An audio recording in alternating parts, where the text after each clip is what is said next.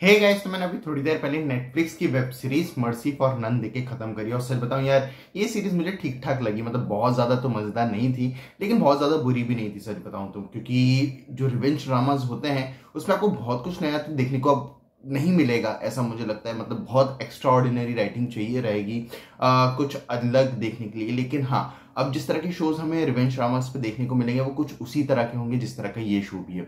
इसी कारण से मैं बहुत ज्यादा डिसअपॉइंट नहीं हुआ हूँ। बात करूं कहानी की, तो ये कहानी एक लड़के की जिसको तलाश है अपने भाई के कातिलों की। तो क्या वो अपने भाई की कातिलों को ढूंढ पाएगा या नहीं, ये सब जानने के लिए आपको ये सीरीज देखनी पड़ेगी। अगर मैं इसकी स्क्रीन प्ले की बात करूं तो पर्सनली मुझे इस सीरीज के स्क्रीन प्ले ठीक ठाक लगा है।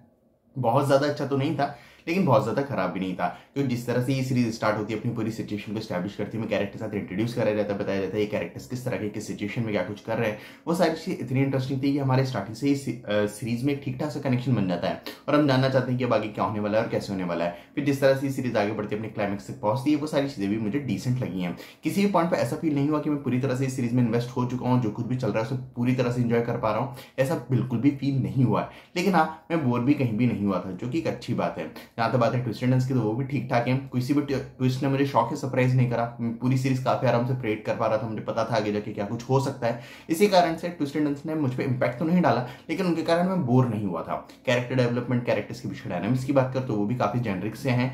किसी भी कैरेक्टर को बहुत एक्स्ट्रा ऑर्डिनरी लेवल पर नहीं लिखा गया है, लेकिन हाँ, सभी के साथ हमारा एक ठीक ठाक सा एंगेजमेंट बन जाता है। जो कैरेक्टर्स के पीछे डायनामिक्स थे वो भी ठीक ठाक थे। और भी काफी सारी चीजें जिन पे बात की जा सकती है, लेकिन अगर उन चीजों पे भी बात करने गया तो एक तो स्पॉइलर दे बैठूंगा, जो कि मैं देना नहीं चाहता, और दूसरी चीज मैं शायद उन चीजों को भी ठीक ठाक ही बोलूं, इसलिए मैं उन चीजों पे बात नहीं कर रहा हूँ। बात करूँ एक्टर्स की परफॉर्मेंस की, तो वो भी सब ओकेश है। किसी का भी काम बहुत ज्यादा अलग नहीं, या फिर ऐसा नहीं है जो आपको याद रहेगा इस सीरीज के बाद।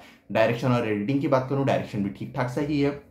डायरेक्टर ने कुछ भी नया और अलग नहीं किया है। जो एडिटिंग है वो भी ओकेश है। यहाँ एक्शन डायरेक्टर की बात करना जरूरी हो जाता है, क्योंकि पर्सनली मुझे सीरीज का एक्शन काफी ज्यादा पसंद आया है और सच में वो एक ऐसा पार्ट था जिसे देख के सच में काफी मजा आ रहा था। बात करूँ प्रोडक्शन क्वालिटी की, तो वो भी काफी अच्छी है। तो ओवरऑल मुझे ये सीरीज एक ओकेश सीरीज लगी है, जिसमें सारे ही डिपार्टमेंट का काम ओके ओके है। स्पेशली मेरे जैसे लोगों के लिए, जिन्होंने बहुत ज्यादा एक्शन ड्रामा या फिर थ्रिलर्स देख रखे हैं या फिर रिवेंज ड्रामास देख रखे हैं, तो मेरे जैसी ऑडियंस को तो ये सीरीज ओकेश ही लगेगी। लेकिन अगर आप उस तरह की ऑडियंस हो जिसने ज्यादा कुछ नहीं देखा है, ज्यादा कंटेंट कंज्यूम नहीं करते हो, तो डेफिनेटली आप इस सीरीज को देख सकते हो, आपको मजा आएगा। बाकी अगर आप लोगों ने ये सीरीज देख ली हो तो मुझे कमेंट्स में जरूर बताना कि आपको ये सीरीज कैसी लगी। बाकी मिलते हैं अगले वीडियो में, तब तक जय हिंद, जय भारत।